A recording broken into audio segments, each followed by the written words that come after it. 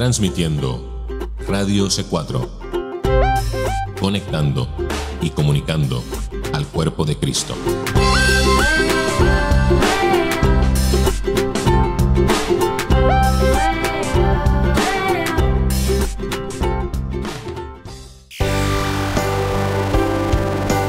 Este es el momento de escuchar Palabras de Vida, un recorrido por la senda antigua que impulsará tu crecimiento espiritual. Palabras de Vida, en Radio C4. Una producción de Radio C4 con la conducción de Cristina Herrera. Palabras de Vida.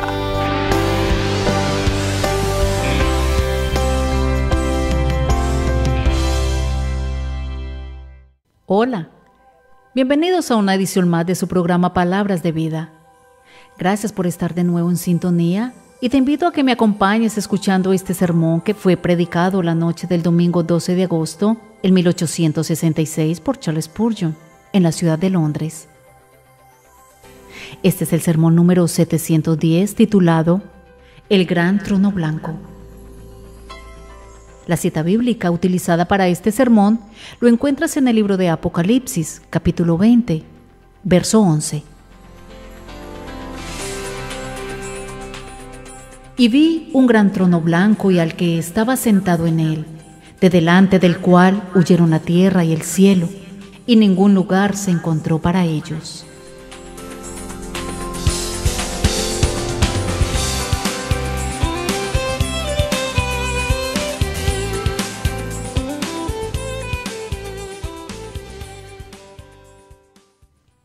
Muchas de las visiones de Juan son muy oscuras, y aunque posiblemente se pudiese justificar que el hombre que está seguro de su propia salvación pase sus días esforzándose en interpretar esas visiones, de una cosa estoy seguro, y es que no sería una tarea beneficiosa para las personas inconversas.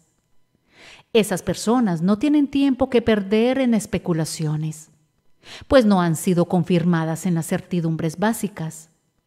Esas personas no necesitan sumergirse en las dificultades, pues aún no han colocado el cimiento de las simplicidades por medio de la fe en Cristo Jesús. Es mucho mejor meditar en la expiación que especular sobre el cuerno pequeño, y es mucho mejor conocer al Señor Jesús en su poder salvador que fabricar una ingeniosa teoría acerca del número de la bestia. Pero esa visión en particular es tan instructiva, está tan desprovista de dificultades serias, que puedo invitar a todos los oyentes a considerarla, y con mayor razón, porque tienen que ver con asuntos que conciernen a nuestro porvenir eterno.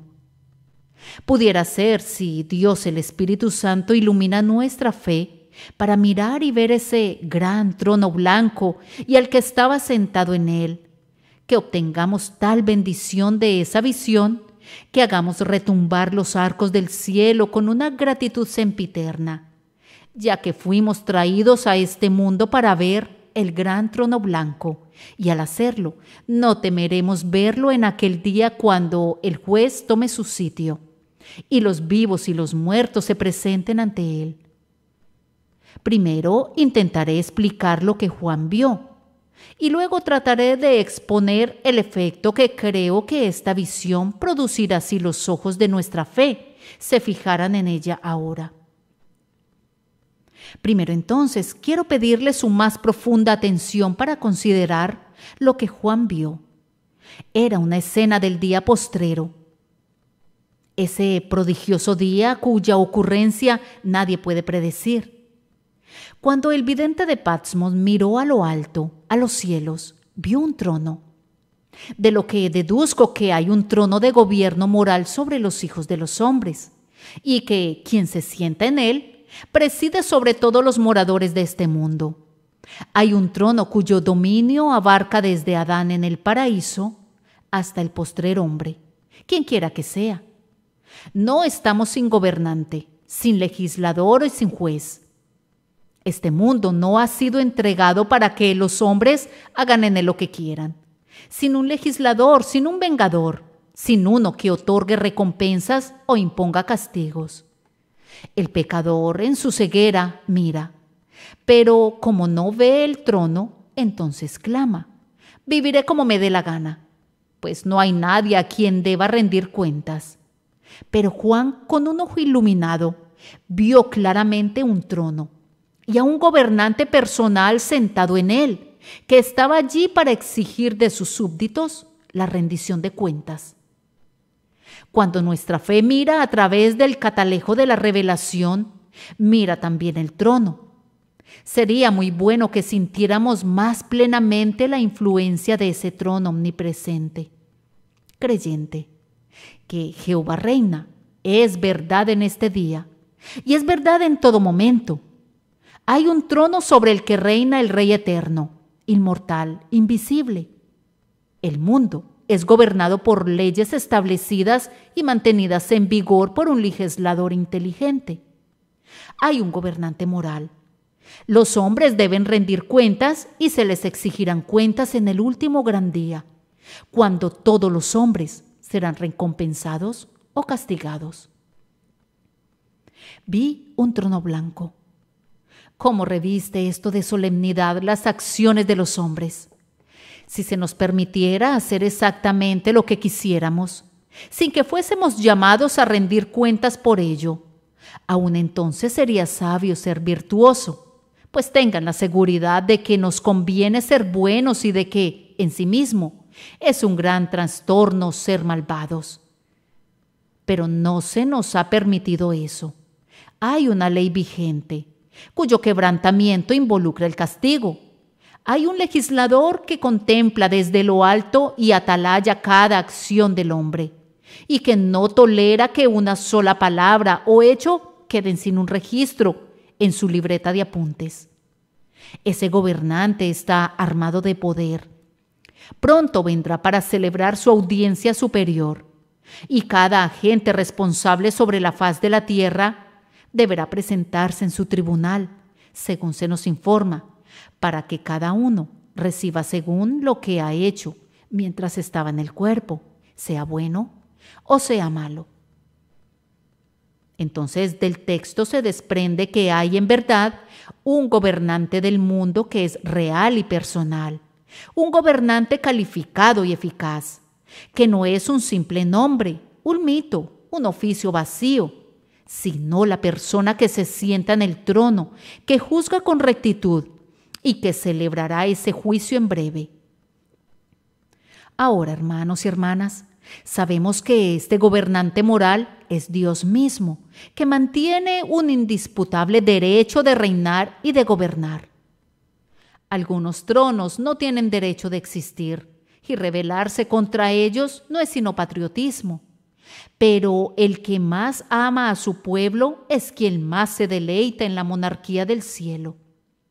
Sin duda hay dinastías que son tiranas y gobernantes que son déspotas, pero nadie puede disputar el derecho de Dios a sentarse en el trono o desear que otra mano sostuviera el cetro. Él creó todo, ¿y no juzgará Él todo? Como creador, Él tenía el derecho a dictar sus leyes. Y como esas leyes son la verdadera norma de todo lo que es bueno y verdadero, entonces, por eso, Él tenía el derecho eterno de gobernar, además del derecho que le pertenecía como creador.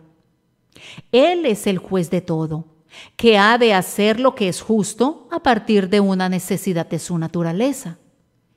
¿Quién más, entonces, debería sentarse en el trono y quién se atrevería a tener el derecho de hacerlo? Él puede retar a todas sus criaturas y decirles: yo soy Jehová y ninguno más hay. Si Él revela el trueno de su poder, sus criaturas deben reconocer en silencio que solo Él es Dios. Nadie puede aventurarse a decir que este trono no está cimentado en justicia. Además, hay algunos tronos en los que sus reyes, por justos que sean, carecen de poder. Pero este no es el caso del Rey de Reyes. Constantemente vemos pequeños príncipes cuyas coronas son tan inapropiadas para sus cabezas que son incapaces de mantenerlas sobre sus frentes. Pero nuestro Dios tiene tanto un poder invencible como una justicia infalible. ¿Quién se le enfrentará en la batalla? ¿Acaso la hojarasca desafiará al fuego o la cera irá a la guerra en contra de la llama? Jehová puede pisotear fácilmente a sus enemigos cuando se disponen para combatir contra él. Toca los montes y humean, mira la tierra y ella tiembla, magulla la cabeza del Leviatán en las profundidades del mar. Los vientos son sus carros y las tempestades son sus mensajeros. Por su mandato existe el día y por su voluntad la noche cubre la tierra. ¿Quién detendría su mano o le diría, ¿qué haces? Su trono está cimentado en justicia y afirmado en poder. Tú tienes justicia y verdad para establecerlo, y a la vez tienes omnipotencia y sabiduría como sus centinelas, de tal forma que es inconmovible. En adición a esto, su trono es tal que nadie puede escapar de su poder. El trono de zafiro de Dios es revelado en el cielo en este momento, donde ángeles que adoran arrojan sus coronas delante de él, y su poder es sentido en la tierra, donde las obras de la creación alaban al Señor. Incluso quienes no reconocen el gobierno divino se ven forzados a sentirlo, pues Él hace según su voluntad, no solo en medio de los ángeles en el cielo, sino entre los habitantes de este mundo inferior. El infierno siente el terror de este trono. Esas cadenas de fuego, esos tormentos indecibles, son la terrible sombra del trono de la deidad. Cuando Dios se inclina para mirar a los perdidos, el tormento que recorre sus almas se desprende de su santidad que no puede soportar sus pecados. La influencia de ese trono, entonces, se encuentra en todos los mundos en los que moran los espíritus y ejerce el poder en los dominios de la naturaleza inanimada. Cada hoja que se marchita en el bosque deshabitado tiembla por orden del Todopoderoso, y cada insecto de coral que habita en las insondables profundidades del mar siente y reconoce la presencia del Rey omnipotente. Así que, entonces, hermanos míos, si tal es el trono que vio Juan, vean cuán imposible será que escapen de su juicio. Cuando el gran día del juicio final sea proclamado y el juez emita sus edictos, ordenándoles que comparezcan, ¿a dónde podrían huir los enemigos de Dios? Si su presuntuosa imprudencia pudiera transportarlos al cielo, su diestra de santidad los echaría de allí. O si se sumergieran bajo la ola más profunda del infierno, en busca de una tumba protectora, su siniestra los arrancaría del fuego para exponerlos a la luz más fiera de su trono. En ningún lugar hay un refugio que proteja del Altísimo. Los rayos matutinos que pueden transportar al fugitivo tan velozmente como puede perseguirle el perseguidor todopoderoso. El destello del rayo misterioso que aniquila el tiempo y el espacio tampoco puede viajar tan rápidamente como para escaparse de su mano de largo alcance. Si subiere a los cielos, allí estás tú. Y si en el Seol hiciere mi estrado, he aquí, allí tú estás. Se decía del Imperio Romano, bajo el gobierno de los Césares, que el mundo entero cumplía la función de una gran prisión para el César, pues si alguien ofendía al emperador, era imposible que escapara. Si atravesaba los Alpes, ¿acaso no podía César hallarle en la Galia? Si buscaba ocultarse en las Indias, incluso los atezados monarcas de allí conocían el poder de las armas de Roma, de tal manera que no proveían albergue a nadie que hubiese incurrido en la venganza imperial. Y sin embargo, posiblemente, un fugitivo de Roma habría podido prolongar su miserable vida, ocultándose en las madrigueras y en las cuevas de la tierra. Pero, oh pecador, no es posible ocultarse de Dios. Los montes no podrían encubrirte de Él, e incluso si lo quisiesen, las rocas tampoco podrían esconderte. Vean entonces de entrada cómo debería sacudir este trono con terror nuestras mentes. Cimentado en la justicia, sostenido por el poder y siendo universal en su dominio. Miren ustedes y vean el trono que Juan contempló antaño. Sin embargo, esto no es sino el comienzo de la visión. El texto nos dice que era un trono blanco. Y quisiera llamar su atención a ese hecho. Vi un gran trono blanco. ¿Por qué es blanco? ¿Acaso no indica su pureza inmaculada? Me temo que no se podría encontrar ningún otro trono blanco. Yo creo que el trono de nuestra propia tierra dichosa es tan blanco y tan puro como pudiera serlo cualquier trono de la tierra. Pero ha habido años en los anales de ese trono en los que se ha visto manchado de sangre, y en algunos reinados del pasado reciente se vio manchado de negro por el libertinaje. No siempre fue el trono de excelencia y pureza, e incluso ahora, aunque nuestro trono posee una pureza lustrosa, bastante rara en los tronos terrenales, a los ojos de Dios hay algo en todo lo que es terrenal que es impuro, y por tanto el trono no es blanco para él. En cuanto a otros muchos tronos que todavía existen, sabemos que no todo es blanco en ellos. No es el día ni la hora para citar a los príncipes al tribunal de Dios, pero hay algunos de ellos que tendrán que responder por muchas cosas, porque en sus esquemas de engrandecimiento no consideraron en absoluto la sangre que sería derramada, ni los derechos que serían violados. Raramente los principios guían a la mente de la realeza, sino que la truanesca ley de la política es la base del arte de reinar.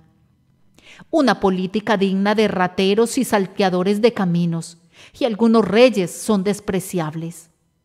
En el continente europeo hay muchos tronos que yo pudiera describir como negros o de color carmesí, cuando pienso en la torpeza de la conducta del monarca, o en la sangre en medio de la cual ha vadeado su camino para llegar al dominio.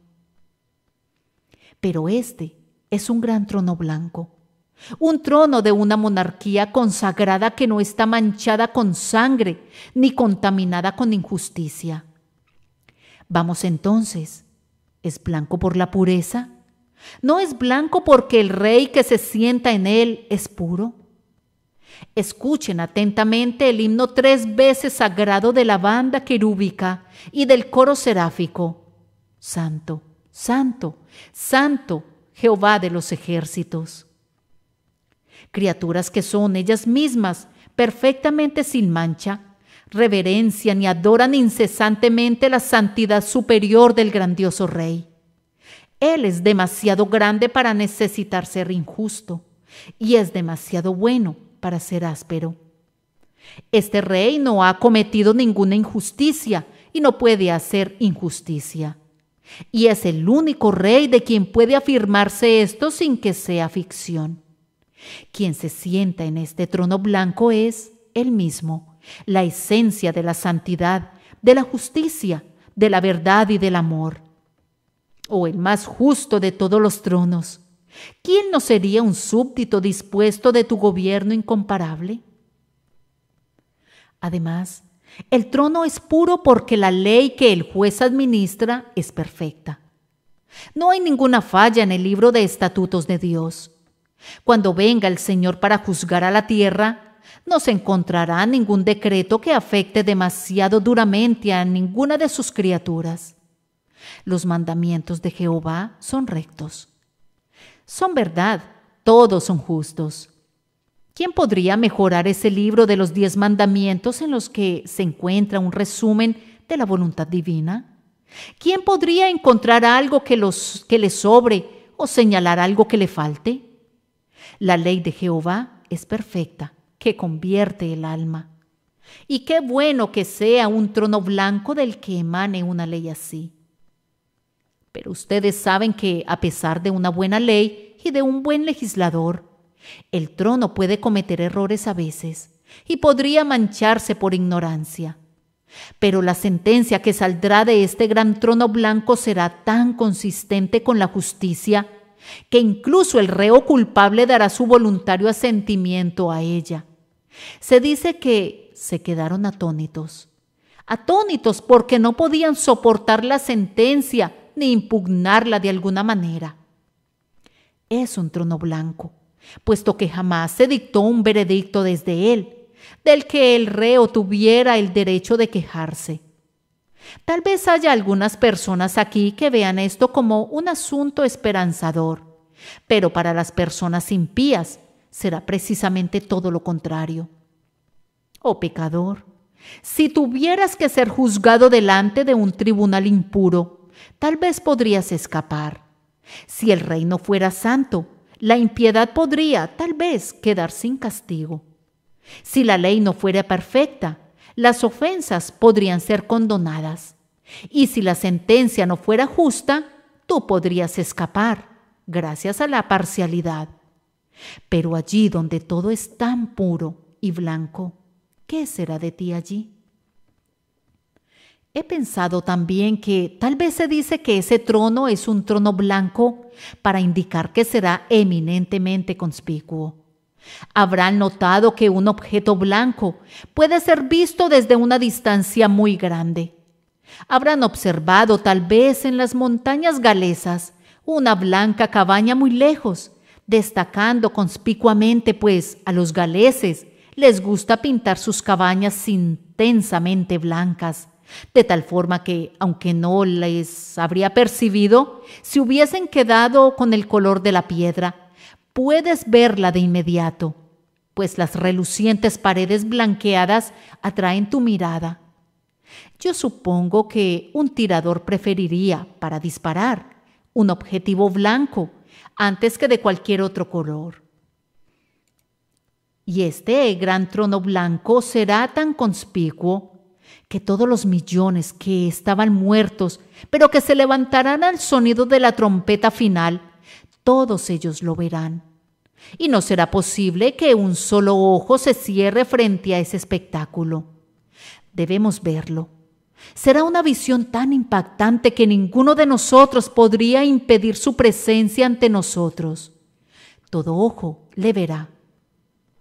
Posiblemente es llamado un trono blanco debido a que representa un convincente contraste con todos los colores de esta vida humana pecaminosa.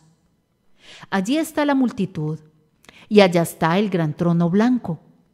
¿Qué podría hacerles ver más plenamente su negrura que estar allí, contrastando con las perfecciones de la ley y del juez delante de quien están? Tal vez ese trono, todo reluciente, reflejará el carácter de cada persona. Cuando cada hombre que no hubiera sido perdonado, mire ese trono blanco, su deslumbrante blancura le sobrecogerá y le cubrirá de confusión y de terror al ver su propia inmundicia en contraste con esa blancura. Oh Dios, dice, ¿cómo podría soportar ser juzgado por alguien como tú?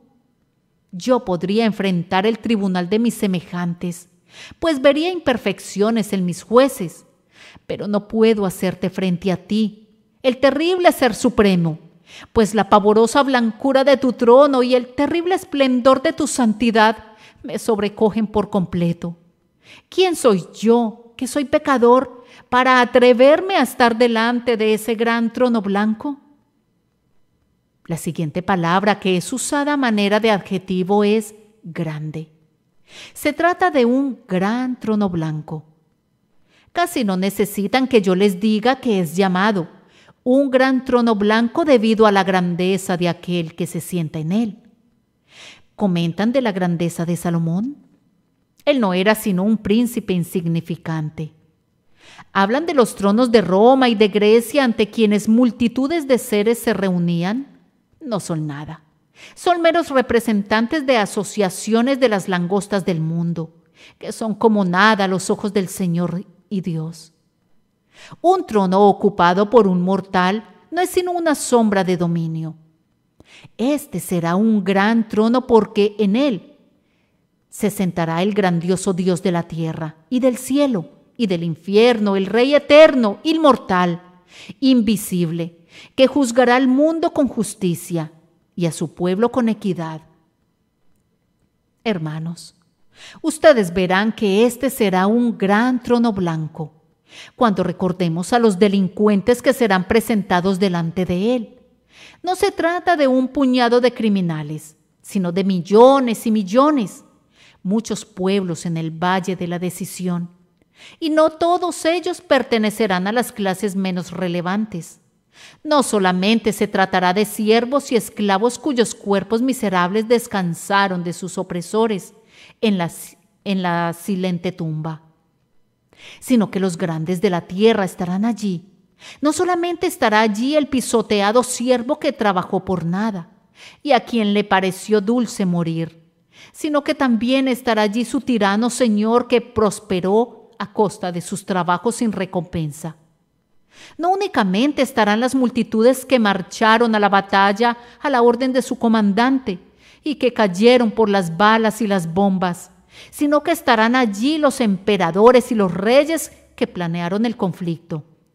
Estarán allí cabezas coronadas que entonces no serán mayores que las cabezas sin coronas. Hombres que fueron semidioses entre sus semejantes se mezclarán con sus esclavos y serán tan envilecidos como ellos. ¡Cuán maravillosa procesión! ¡Cuán imponente es para el corazón la imaginación de todo eso!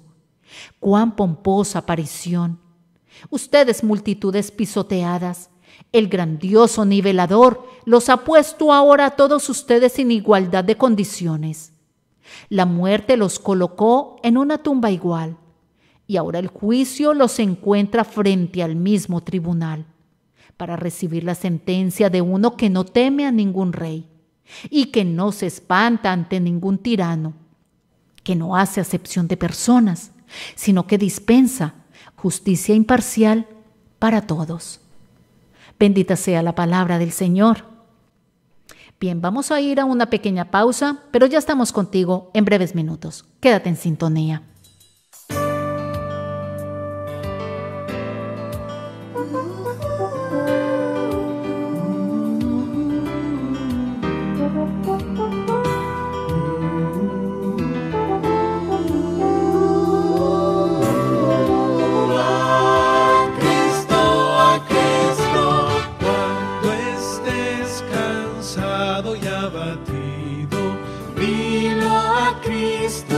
Dilo a Cristo, angustiado por el gozo huido, dilo a Cristo el Señor, dilo a Cristo, Él es tu amigo mejor, otro no hay como el amante hermano. Dilo a Cristo el Señor. Si en ti sientes grande amargura,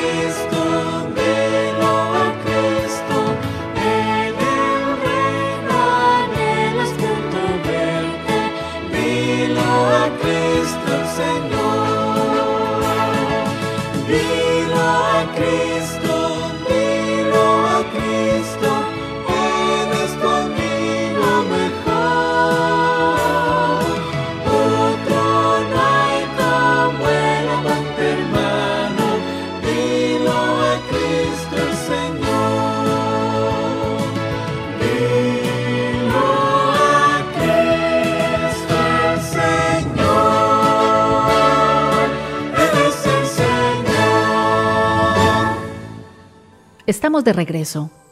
Estás escuchando el sermón número 710 titulado El Gran Trono Blanco.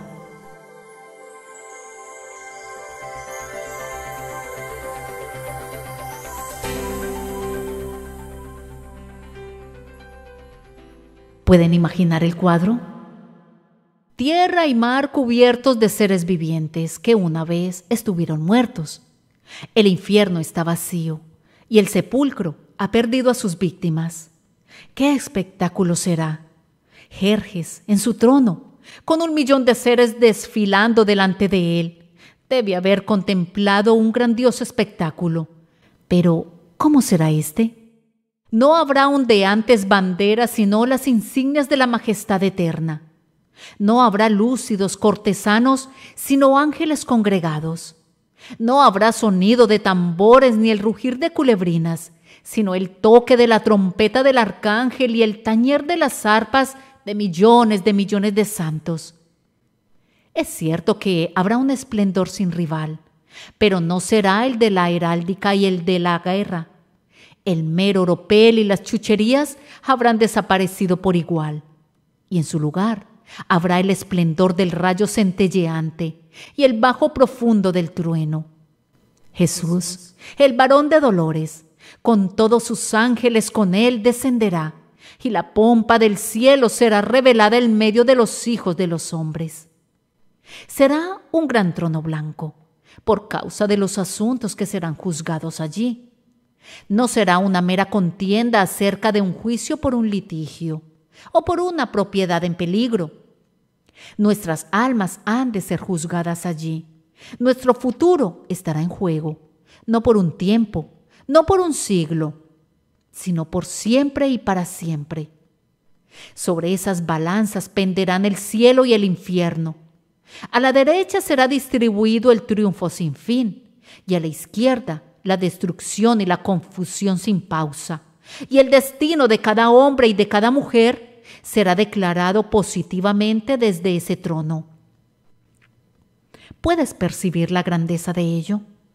Has de medir el cielo, has de sondear el infierno, has de abarcar la eternidad, pero mientras no puedas hacer eso, no podrás conocer la grandeza de ese gran trono blanco.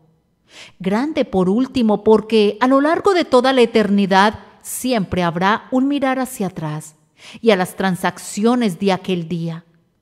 Ese día será para ustedes, los santos, el principio de los días, cuando Él dirá: venid, benditos de mi Padre. Y ese día será también para ustedes que perecen, el principio de los días, igual que aquella famosa noche de los tiempos antiguos en Egipto, cuando los primogénitos fueron preservados en cada hogar en el que el Cordero derramó su sangre. Fue el primero de los días para Israel, para Egipto, la noche en que los primogénitos sintieron la espada del ángel vengador. Fue el terrible comienzo de las noches eternas.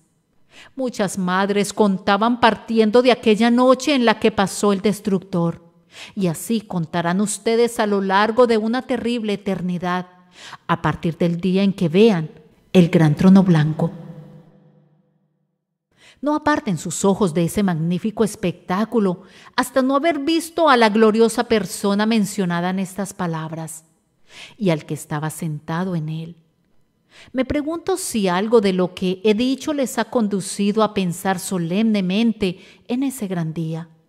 Me temo que no puedo hablar como para alcanzar sus corazones. Y si no es así, entonces es mejor callar. Pero, por favor, piensen por un momento en aquel que estaba sentado en el gran trono blanco. El más idóneo en todo el mundo se sentará en ese trono. Será Dios, pero escuchen atentamente, será también hombre. El apóstol dice: el día en que Dios juzgará por Jesucristo los secretos de los hombres conforme a mi evangelio. El juez tiene que ser Dios. ¿Quién sino Dios sería capaz de juzgar a tantos seres y de juzgarla con tanta precisión? El trono es demasiado grande para cualquiera excepto para Él, de quien está escrito: tu trono, oh Dios, es eterno y para siempre. Cetro de tu justicia es el cetro de tu reino. Cristo Jesús, el Hijo de Dios, juzgará, y juzgará como hombre y como Dios. Y cuán apropiado es que sea así. Como hombre, Él conoce nuestras debilidades, entiende nuestros corazones, y no podemos objetar eso. Que nuestro juez sea Él mismo, semejante a nosotros. ¿Quién podría juzgar con un juicio equitativo de mejor manera que aquel que es hueso de nuestros huesos y carne de nuestra carne? Y luego está involucrada esta adecuación. Él no es Dios y hombre únicamente, sino que es el hombre de hombres, el más varonil de todos los hombres, el tipo y modelo de la naturaleza humana. Él será la norma en su persona, pues si un hombre es como Cristo, ese hombre es justo. Pero si un hombre no es semejante a Cristo, ese hombre merece ser condenado. Ese maravilloso juez solo necesita mirar a su propia personalidad para leer la ley y repasar sus propias acciones para discernir si las acciones de otras personas son buenas o son malas. Los pensamientos de muchos corazones fueron revelados por Cristo en la tierra, y ese mismo Cristo hará una exposición abierta de los hombres en el último gran día. Él los juzgará, discernirá sus espíritus, descubrirá las junturas y el tuétano de su ser, pondrá al desnudo los pensamientos y las intenciones del corazón. Incluso tú, cristiano, pasarás la prueba delante de Él.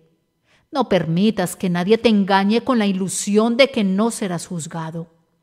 Las ovejas se presentaron delante del gran pastor separador, al igual que los cabritos.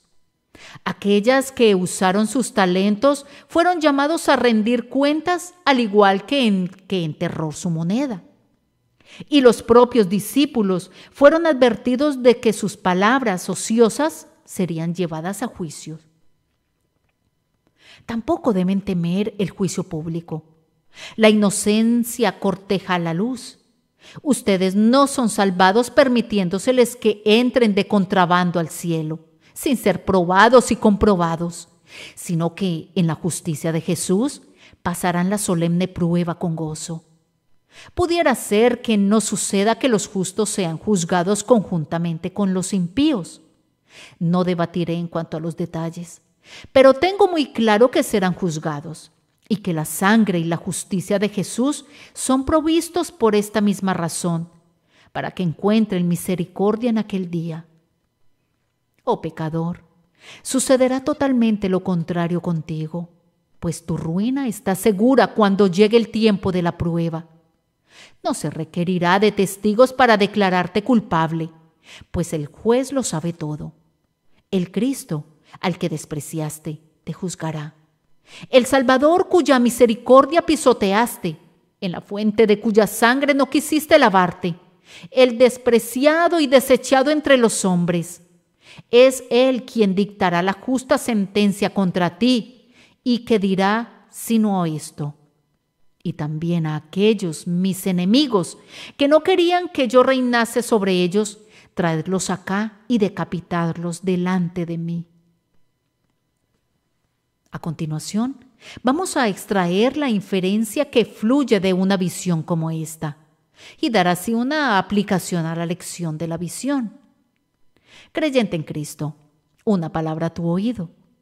¿Puedes ver el gran trono blanco y al que está sentado en él?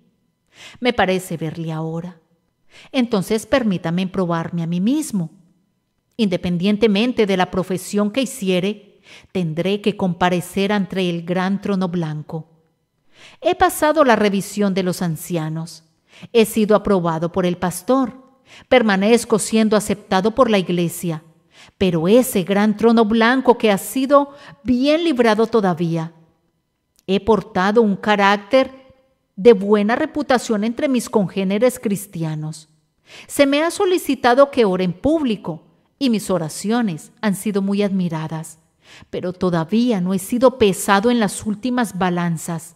¿Y qué pasaría si fuese encontrado falto? Hermano cristiano, ¿Qué hay con tus oraciones privadas? ¿Puedes vivir descuidando el aposento y, sin embargo, recordar que tus oraciones serán juzgadas delante del trono blanco? ¿Se queda tu Biblia sin ser leída en privado? ¿No es nada tu religión sino un espectáculo y un simulacro público? Recuerda el gran trono blanco, pues la simple pretensión no será aprobada allí. Hermano cristiano, ¿qué hay en cuanto a tu corazón y tu tesoro? ¿Eres un simple cazador de dinero? ¿Vives como viven otros? ¿Está tu deleite en el presente pasajero? ¿Tienes tratos con el trono del cielo? ¿Tienes un corazón endurecido para con las cosas de Dios? ¿Tienes muy poco amor por Cristo? ¿Haces una profesión vacía y nada más? Oh, piensa en ese gran trono blanco, ese gran trono blanco. Vamos, hay algunos que cuando predico un sermón conmovedor sienten el miedo de regresar otra vez para escucharme. Pero si siente el miedo de mi voz, ¿cómo soportarán su voz que hablará en el retumbo del trueno? ¿Acaso los sermones examinadores parecen atravesar por el medio de ustedes como una racha del viento del norte, congelando su propia médula y paralizando su sangre? Oh, pero ¿cómo será estar delante de ese terrible tribunal? ¿Están dudando ahora? ¿Cómo estarás entonces? ¿No puedes soportar un pequeño autoexamen? ¿Cómo podrás soportar ese examen de parte de Dios? Si las balanzas de la tierra te dicen que estás falto, ¿qué mensaje te darán las balanzas del cielo?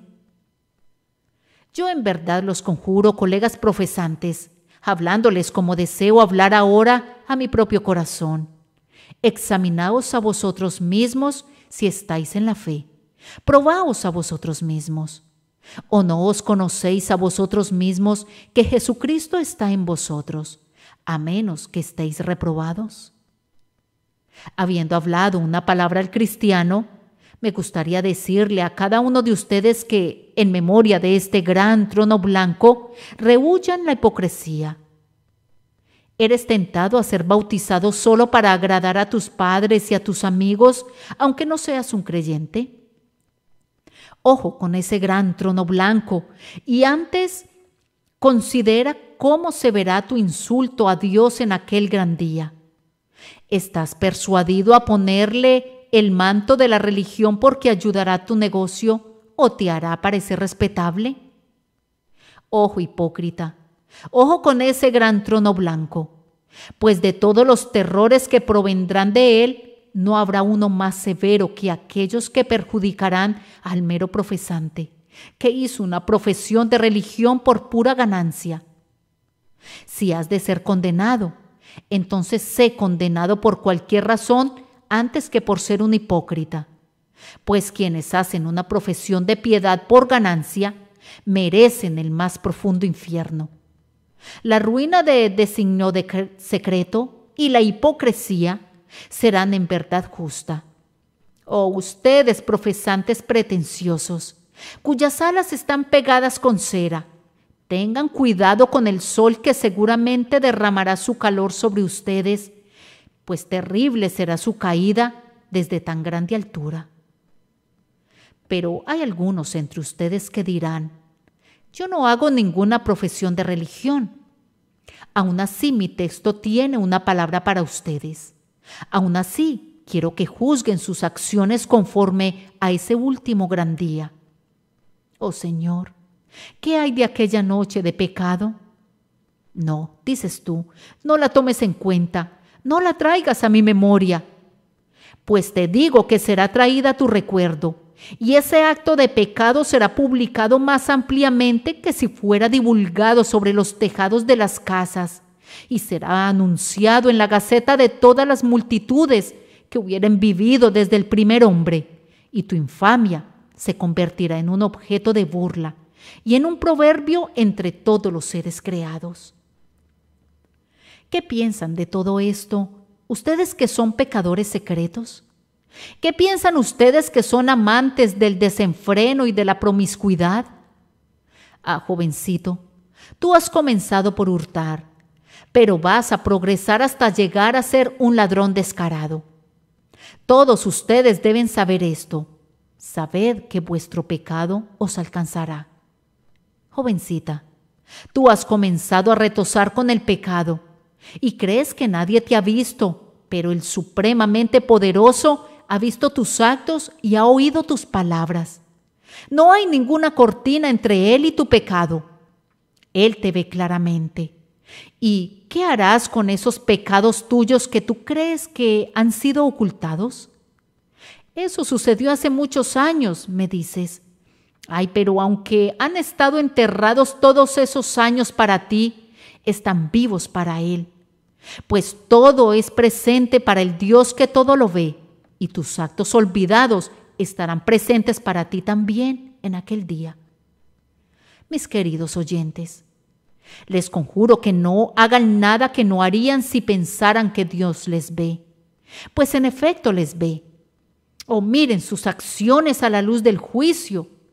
Ese acto secreto de empinar el codo, ¿cómo se verá cuando Dios lo revele? Esa privada concupiscencia tuya que todo mundo desconoce, ¿cómo te atreverías a cumplirla si recordaras que Dios la conoce? Joven amigo, es un secreto, un terrible secreto, y no lo susurrarías al oído de nadie, pero será susurrado. Es más, será tronado delante del mundo. Te ruego, amigo, que pienses en esto. Hay un observador que toma nota de todo lo que hacemos y todo lo publicará a un universo congregado. Y para todos nosotros, ¿estamos listos para reunirnos en aquel último gran día? Hubiera querido decirles muchas cosas, pero no puedo retenerlos para decírselas ahora, para no cansarlos. Pero si la trompeta sonara esta noche, ¿cuál sería el estado de su mente?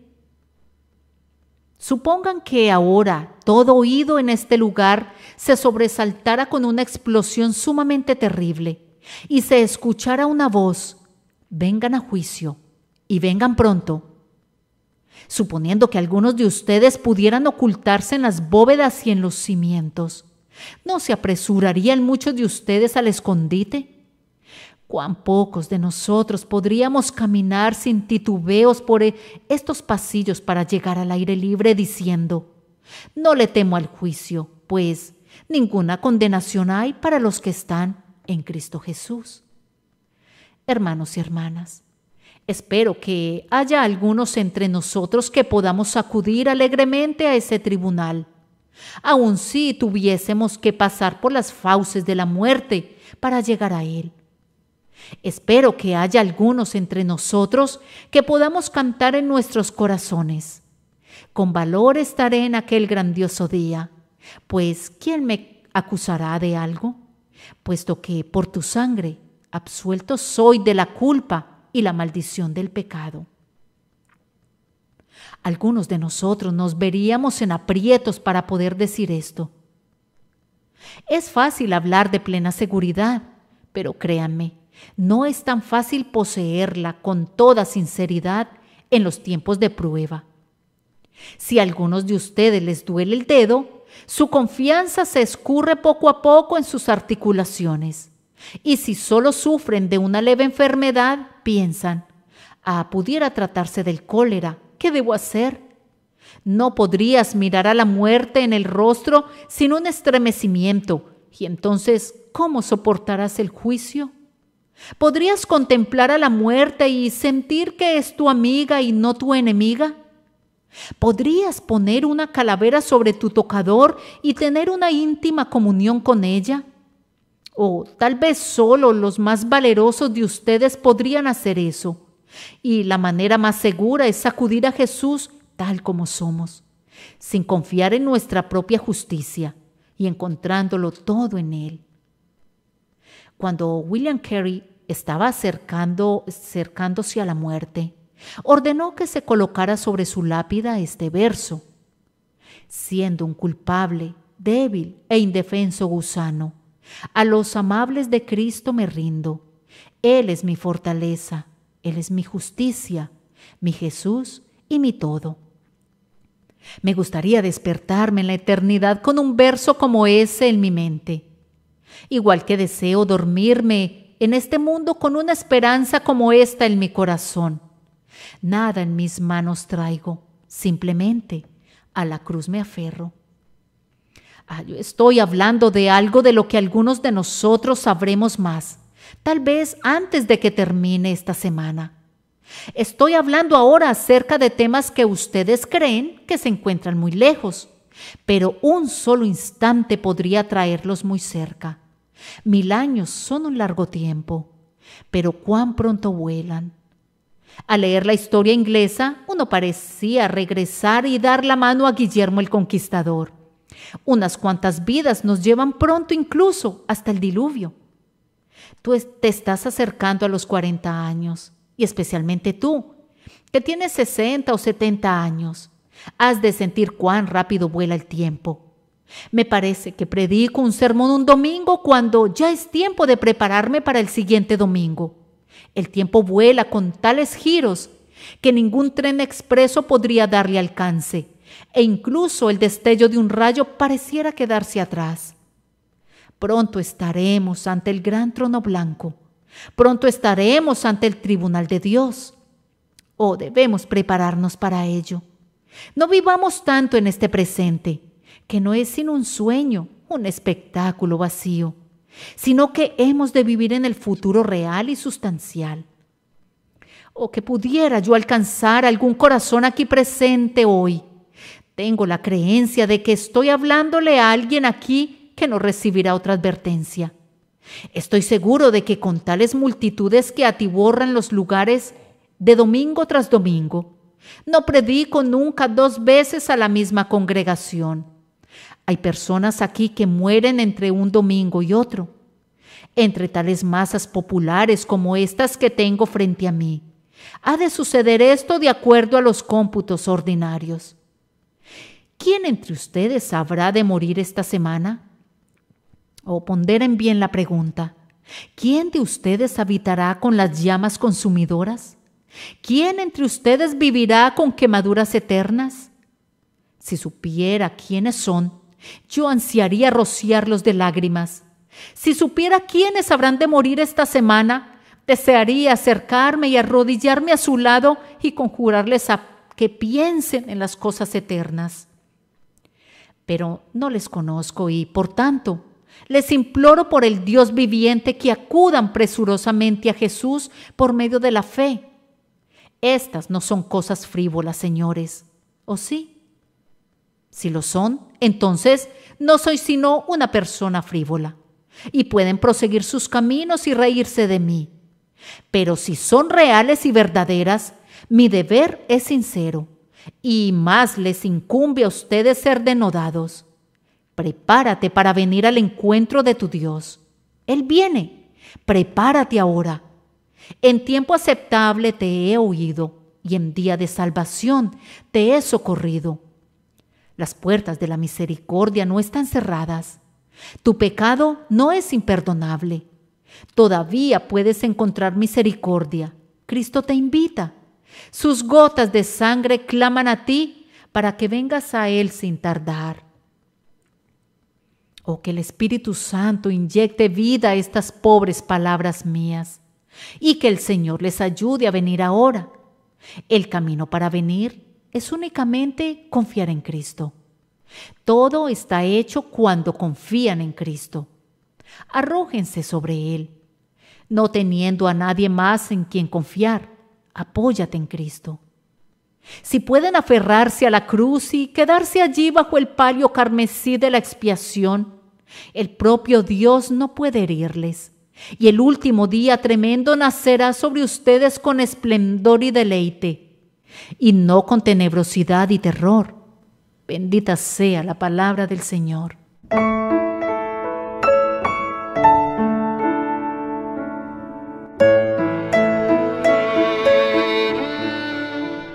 Bien, hermanos, hasta aquí nuestro programa por el día de hoy. Gracias por habernos acompañado durante esta hora y te invito a que visites nuestra página www.radioc4.com/programas Y allí encontrarás este y muchos otros programas que estoy segura serán de bendición para tu vida. Que el Señor les bendiga grandemente y te espero en nuestra próxima edición. Te habló Cristina Herrera.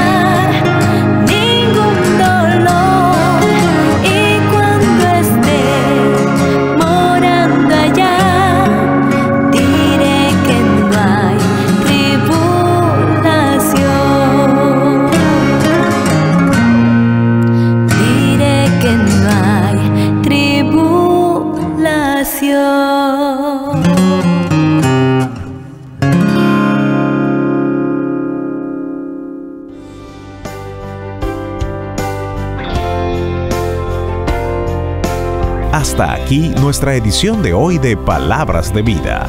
Esperamos que haya servido para animarte a crecer espiritualmente. Para comunicarte con nosotros, escribe al correo electrónico comentarios@mirradioc4.com. Te esperamos en nuestra próxima edición.